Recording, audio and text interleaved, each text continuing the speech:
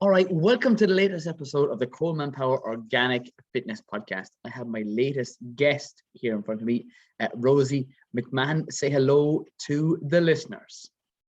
Hello, everyone. I brought Rossie on supposed to talk about her area of expertise, I suppose, it being yoga.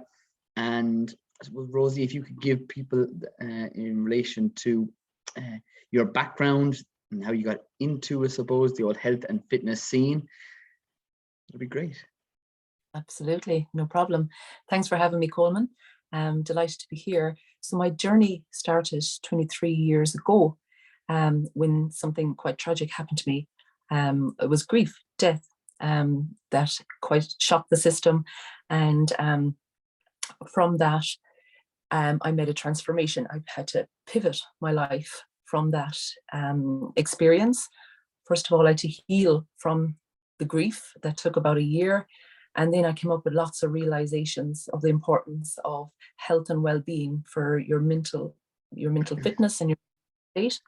And that's why I predominantly leaned into during that time of grief. I just become a new mother and lost the father of the child in the space of 2 months. So it was a double kind of a whammy, if you want. So during the first year, I started to explore holistic health, healing, wellness, reading loads of books on mind, body, and all of that, and started to explore yoga, mindfulness, eating healthy, and just noticed how that made me feel. The first year, the grief wasn't good. I went down the wrong road with it. It was quite destructive. But then I pivoted and flipped all of that around. And then I returned to education through the tragedy, if you want, as a mature student. And I studied women's studies, social studies, childcare. So I was in childcare studying that and art, enjoying it, exploring Steiner education. If you've heard of Steiner education, which is a holistic approach to education. So there was always a holistic slant. And even as a youngster, I used to love eating the vegetables from the grandmother's garden. So there was there of wilderness and a bit of intuitiveness, if you want, of eating healthy. So that's grand. Then the education was wonderful in childcare. And then I went on to meet my now partner, and we had 3 kids together. And then after the second kid, I experienced some postnatal depression. I would have experienced that in my teens as well. So it was like internal dialogue, and it was really negative. And I was just up in my head all the time and couldn't experience going down into my body. So then after the third child, so that's 4 children I've had now, I went into a real rabbit hole with it. And until I asked for support, I started to come out of it. I went for a tincture, St. John's Wort, maybe you've heard of it. And that helped me to see the glimpse of light after the postnatal. So I was able to start to make choices then to lean into what I leaned into before during the grief, which was exercise and health fitness. So I did. I started walking, and that turned into running. And then that turned into creating a meet and train group in, sorry, I lost you there, Coleman. 1 sec now. That was nice, actually. Would you believe it actually came, mind body came up there as an image. So for people on YouTube, we'll most certainly see that logo. Yeah, mind body transformation. So so I leaned into the exercise after having St. John's Wort, and of course the dopamine kicked in and felt really, really good, and went on to run Dublin City Marathon a couple of times, set up the meet and train group. And then the girls asked me, would you do boot camp? Because I was always doing kind of squats that I'd learned on YouTube or something like that with them after the walking session or the running session. And I wasn't qualified. So this prompted me to go on and get qualified in exercise and health fitness. And I ended up going back to university 30 plus and studied exercise and health fitness and got an honours in that. When you go back as a mature student, you're kind of a different mindset completely. Totally. Then I started to teach boot camp in the community, and we used to have brilliant crack. And it was an outlet for me as well. We used to have a competition. We'd have a kitty, and they'd throw €2 every time they took the measurement. And at the end, then whoever had the most inches down would win the kitty, which was substantial by the end of it, by the end of the 6 weeks. So we always had great crack with it, and I really, really enjoyed it. But one thing I noticed in the exercise and fitness was women maybe 40 plus who were coming and ending up getting injuries in the hips because the hips were really tight and there was a lot of repetitive squats. And then I thought to myself, okay, what is the avenue here? Is it Pilates or is it yoga? So yoga was something that I had dived into way back when I was 23. A book I picked up in the bookshop, and I had been practicing sun salutations and going to yoga classes. So I said to my husband, what I do here, Pilates or yoga? And he said, oh, definitely yoga. You're just, that's you, like. So I went on and did a 9-month course and got qualified in yoga and went into that world for about 5 or 6 years and studying more, and CPTs and children's yoga, teaching in schools and retreats. In 2018, started retreats.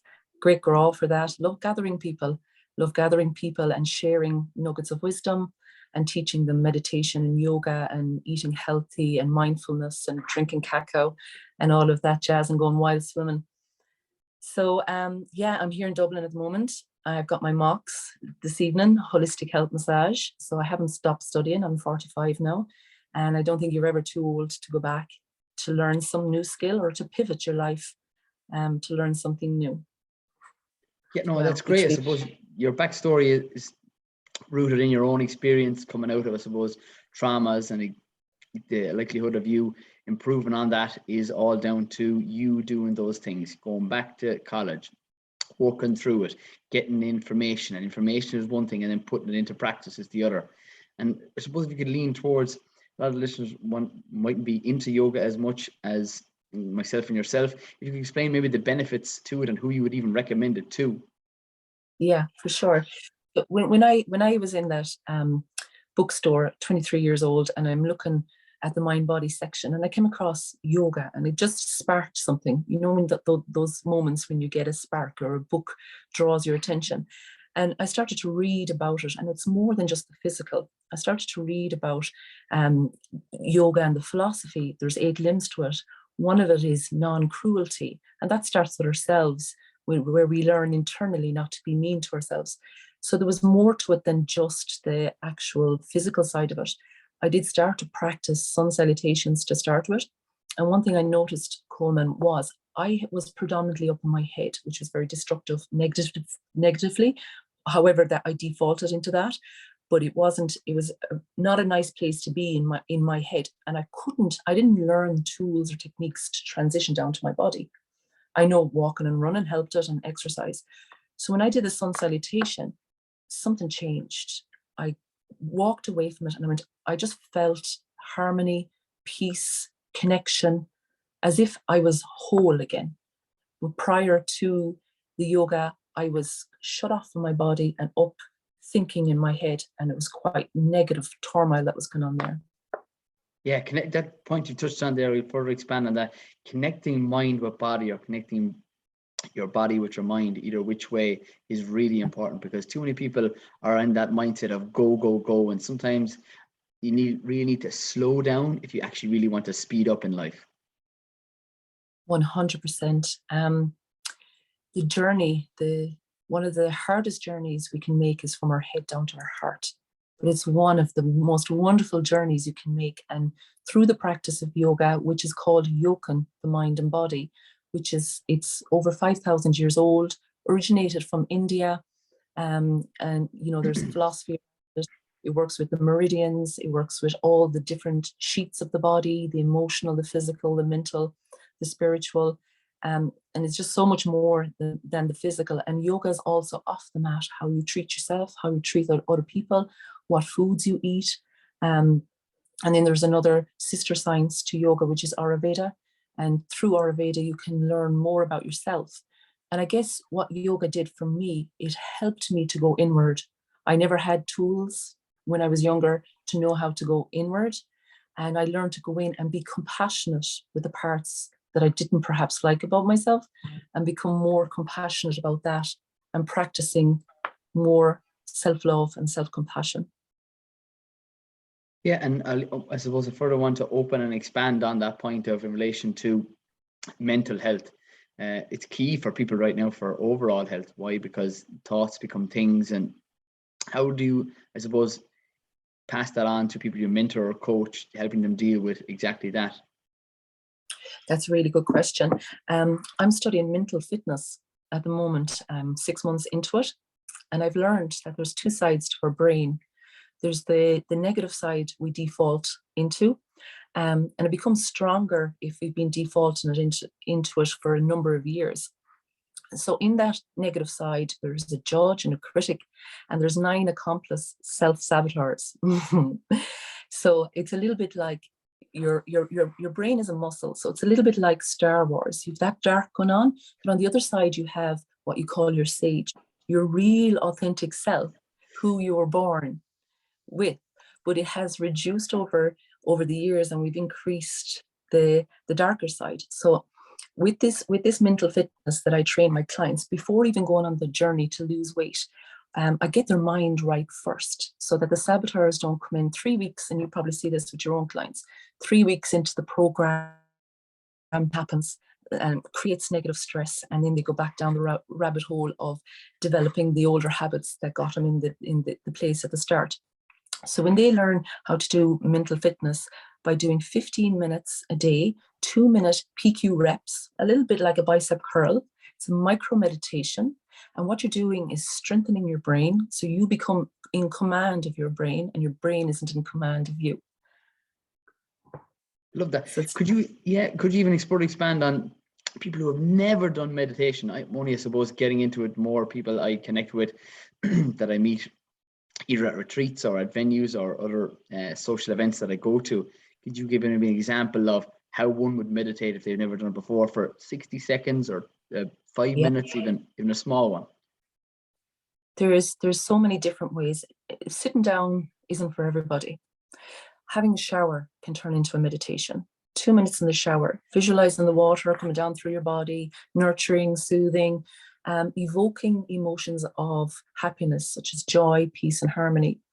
Walking in the woods mindfully, really following each step you're taking and feeling the step on the ground as you're walking. Breathing is another method for 2 minutes, inhaling and exhaling through the nose, and incorporate it into your lifestyle. So you're not making time to spend 10 or 20 minutes meditating, but instead, when you're at the traffic lights, stop, look at the traffic light, start to breathe in and out, inhaling, exhaling, until you feel yourself coming into the calm place. And the more you can make this habitual, the stronger you'll get at it, and it'll become so habitual, it'll be like brushing your teeth. You can also do it while you're brushing your teeth, or incorporating it into your lifestyle, micro doses as opposed to macro doses to start with, until it becomes a habit that you lean into. Brilliant. And I suppose if anybody is looking for pointers on meditation, Rossie, correct me if I'm wrong, you have on your social medias as well as on Spotify, have different meditations that people could follow along with. Absolutely, I do. And I'm in the process of going on TikTok now for the crack, to the horror of my teenage daughters. I do. I highly recommend it. Yeah. Oh, it's absolutely brilliant. I record some meditations through that, but at the moment I'm on Spotify, so I record them just randomly if I'm in the car or get a moment, and I record yoga nidras. And I don't know if you've heard of yoga nidra, where you're lying down. It's a deep rest to bring you into a deep restful place. So I'm very passionate about that, and about helping people with their mental fitness to be able to navigate negative stress, which can, knock you off your journey of being the healthiest, happiest version of yourself, by learning to be the boss of your mind, and your mind not being the boss of you, through the art of meditation. So I would say, like, if anyone start meditation as well, find someone. Headspace is brilliant. Headspace, or find somebody that you resonate with their voice and you resonate with their energy, and you're able to sit listening to those guiding you through meditation. Yeah, and I love that message. I suppose controlling your mind. Thoughts are so important, and there's no point in letting the enemy live between your two ears. Be kind to yourself. And something that I highly recommend is being, I suppose, grateful for the things that you currently have. Because if you start just the things that I do, and what I do is what I recommend, starting your day with positivity is absolutely massive, because there's so much doom and gloom out there telling people that they cannot do this, they cannot do that. Tell yourself that you can, tell yourself the will, and you most certainly will achieve just that. And then the next point I kind of want to, I suppose, bring on to Rosie, is the likes of the health and holistic and health massages that you currently do, and suppose explain and expand on that point. I will, of course. And just to reflect back on that part about, you know, your mind can be your friend or your foe, 100%. And happiness is this inside job. Happiness is positive emotions such as joy, peace, and harmony. And you can access that through meditation, through breath work. You have the power and the tools to access that yourself. Then the flip side is the negative stress and anxiety. Did you know, Coleman, that negative stress and anxiety does not exist in the present moment? I didn't. Okay, so every time anchor yourself in the present moment and keep that as the same as going to the gym and doing your bicep curls, you'll notice that you're able to manage it a lot better. Yeah, because it doesn't exist in the present moment. So when you do meditation and afterwards you're in present moment, or even when you're having a cup of tea, mindful of it, slow it down. When you're washing the dishes, just feeling everything, staying in the present moment as much as you can, and learn to do that, and you learn to manage. So sorry for you mentioned, what was the question? I went on a bit of a tangent. No, a bit of a rant. No, it's absolutely fine. I'm all for, I suppose, expanding on points where people want to share a message. And positivity is where I'm at as well. I love that, because a lot of people need it right now, and maybe more so than ever. The topic I want to further expand on is maybe the health benefits of a holistic health massages that you're currently doing. I'm sure that's bringing positivity to people as well. Absolutely. I mean, it's all over the world, massage, and in Greece, I think it's associated with your health and fitness as part of your health and fitness regime. So you're working on the lymphatic system, you're working on the respiratory system, you're working on all the systems to help you to calm down, to flush out toxins in the body, to massage the muscles if you've been working out hard. And what I love about it is that I'm learning the anatomy, physiology, and the pathology, and I'm a total nerd when it comes to that, and all learning about the body and how it functions. It's just so amazing. And I think that massage, we often look at it as something luxurious that we need to treat ourselves every now and again. But if you work really hard with your body, that you work out in the gym, and it can be part of your exercise and health fitness regime to keep the muscles supple, for flexibility. You know, if you can't get to the yoga class, then massage is going to stretch out your body as well. And it's very therapeutic and very healing, and there's lots of benefits to it. I love it, yeah. I suppose a lot of listeners will be there jumping for joy. If they can't make the yoga class, they'll have to book into a massage for themselves. Yeah. Oh, I'll be booking in. I'm booking in. Yeah. Is that something that you do as part of the retreats that you do, Rosie? Yeah, we're building our own retreat centre in the west of Clare. Yeah, isn't that brilliant? And that's coming from the pandemic. I went online, I pivoted online as soon as we were locked down. Even that word, as soon as we were asked to stay at home, maybe is a little bit more gentle. I love it. Yeah, and then so we're 50% there. We're building the retreat centre. There will be massage offered. There will be the outdoor sauna, the ice baths, upstairs, ground floor underheated. Big huge window looking out over the Shannon Estuary Way. You can see the Galtee Mountains, the waters, islands, trees. I mean, when we were at home, we realized, wow, we have a gem of a place. What the heck? Let's do this. So we're doing it, and yeah, that'll be up and running June, July. Please God, all going well. But in the meantime, I offer remote retreats. So I take people to a hike in the hills of Clare or Cliffs of Moher, and then we have a food experience and a yoga experience and a cold water dip. It's a wonderful way to connect with nature and get with like-minded people. I'm taking some retreaters over to Aran Islands for a day trip, and Inishbofin off Connemara for a weekend retreat. So I do those remotely as well. I started in 2018. One of the biggest things, like even before you start something, your head starts saying, oh my God, what are you doing this for? You're not going to be able to do this. Da, da, da. You take that one small action and you go, wow, I did it. And it just motivates you to do it again. So one of the biggest things, I suppose, was to take a group to Morocco for a week. And that was amazing. I mean, talk about nerves and what if this and what if that. But it was the most amazing, transformative experience for people to go to another country, practice yoga, eat really healthy food, visit sites, and even to see Morocco poverty. And you come home and you're so grateful for what you have when you see the other side of a third world country, and you come back with just a completely different mindset. Yeah, and I'm so glad you even brought that point up. Sometimes you have to go to somewhere to take away all the luxurious things that we have. And I even experienced that myself firsthand. I visited Uganda in a number of years ago. It was the fact that when I went into a room and I said, could we turn on a light? And they said, we don't have any lights here. We were practically eating in the dark. And that realization, then after when I came back home, I was super grateful to light. And I actually didn't turn on and needed to turn on the lights because I had lived for 3 weeks with minimal light exposure, with being super, I suppose, spoiled when I went into a room to expect to click my finger.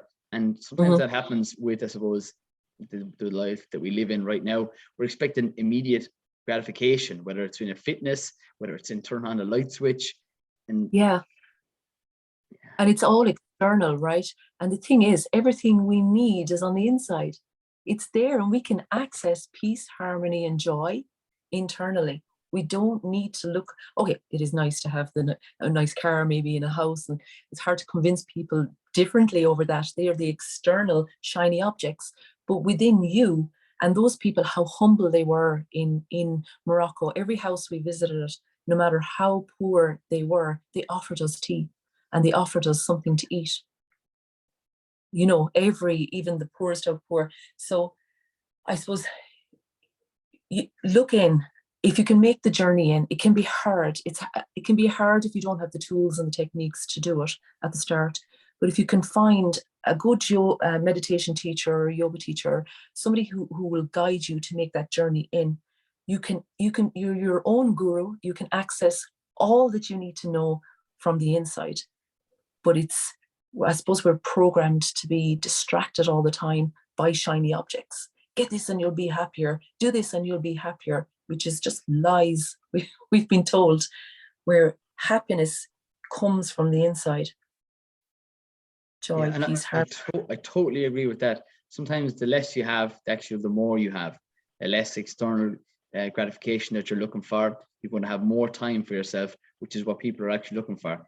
And I suppose that's a great way to wrap up this podcast. I just want you to maybe give the listeners your social media platforms so they can connect with you and maybe join you on one of your healthy retreats or one of your holistic health massages that I'm looking forward to myself in the near future. Fantastic. Yeah, on Instagram, I'm the Holistic Health Coach Ireland. And I've also got another page, Shannon Estuary Way Retreat. So I'm running, and another page, Rise and Swim Claire. So that's a group of us swimming in the cold water. But I've also, one great thing is to outsource things. So I've somebody helping me. My partner's helping me run one of the pages, and then I have another friend who's helping me run the other page. So you don't get bombarded with all of these 3 platforms. And on Facebook, I'm Rossie Mc Mahon. And then on the TikTok that I just set up today, the Holistic Health Coach Ireland on there as well. And I think I'm on Twitter as well, but I have no idea what I'm doing there. Absolutely no idea. That. You can text it on to me, and I'll put all those social media handles in the show notes so people can either click and directly send them over to yourself. Yeah. And I think, Coleman, just to leave it on this, one gift people can give themselves is to go on a retreat with you, with me, with somebody, where you can start to tap into yourself in that space and be with like-minded people, and you can just discover the most amazing things about yourself, and people share nuggets of wisdom as well within that environment. It's a wonderful way to start the journey in, if you want. Yeah, and it's about connecting with like-minded people people that are more positive, people that are on the same wavelength as you, want to be happier, want to be healthier, and do more things that benefit them than the likes of focusing on the negative. And myself and yourself, that's why I love social media.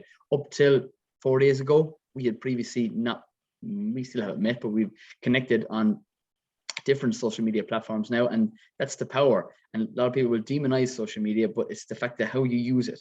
Connect with people that bring you value, that I suppose can level you up. Yeah, it's like a mental diet, isn't it? Remove the negative, just get rid of it, because it'll only drag you down, and start to lean into even books, reading books that are going to uplift you or give you nuggets of wisdom, and learn new skills, learn new ways to command that mind. And if you feel like it's running the show, find a way to be the boss. Yeah, take control of the mind and the body, I suppose. Now, Rosie, I just want to say thanks very much for coming on this week's episode of the Coleman Power Organic Fitness Podcast. And I always, I suppose, end these shows by saying, stay tuned, stay classy, and keep it organic. Excellent. Thank you so much.